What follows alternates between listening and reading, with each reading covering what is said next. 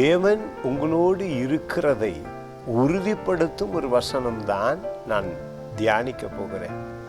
அருமையானவர்களே, தேவன் உங்களை எவ்வளவு நேசிக்கிறார் என்றால் அது வார்த்தையில் சொல்ல முடியாது. உங்களை ஆசீர்வதிக்க விரும்புகிறார். உங்களோடு வாழ்கிற அவர் உங்களை கை விடுவதும் இல்லை, உங்களை விட்டு விலகுவதும் இல்லை. இந்த வசனம் சொல்லுகிறது சங்கீதம் 115:13 வசனம், கர்த்தருக்கு பயப்படுகிற பெரியோரையும் சிறியோரையும் ஆசீர்வதிப்பார். ஆசீர்வாதம் என்பது சுகவாழ்வு, ஆசீர்வாதம் என்பது நிம்மதியான வாழ்வு, ஆசீர்வாதம் என்பது தேவனுடைய சகல நன்மையும் பூமியிலே நாம் அனுபவிப்பது.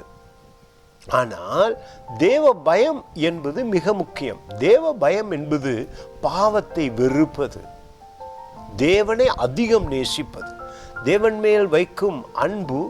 அவரோடு பழகும் பொழுது பாவத்தின் மீது உங்களுக்கு ஒரு வெறுப்பு வருகிறது.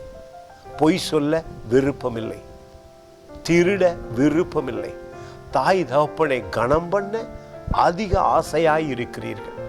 நிச்சயமாக தேவன் சொல்லுகிறார், எனக்கு பயப்படுகிறவர்கள் பூமியில ஆசீர்வாதமாய் இருப்பார்கள் என்று. நீங்களும் நானும் ஆசீர்வாதமாய் இருக்க வேண்டும் என்று விரும்புகிறோம். ஆனால் அதுக்கு என்ன தேவை? தேவ பயம். பயம் என்றால் என்ன? பாவத்தை வெறுப்பது. பாவத்தின் மீது உங்களுக்கு ஒரு வெறுப்பு வரும் பொழுது நிச்சயமாக அந்த தேவ பயமானது உங்கள் உள்ளத்திலே, தேவ பயம் என்பது தேவனை மதிப்பது, அவரை உயர்த்துவது, அவர் மீது அதிக அன்பு வைப்பது. தேவனோடு இருக்கும் உறவு மிக மிக முக்கியம். அந்த உறவு உங்களுக்கு வளரும் பொழுது அது ஒரு தேவ பயத்தினால் உண்டானதினாலே சகல ஆசீர்வாதமும் உங்கள் குடும்பத்தின் மீதும் உங்கள் மீதும் தங்கும். God bless you.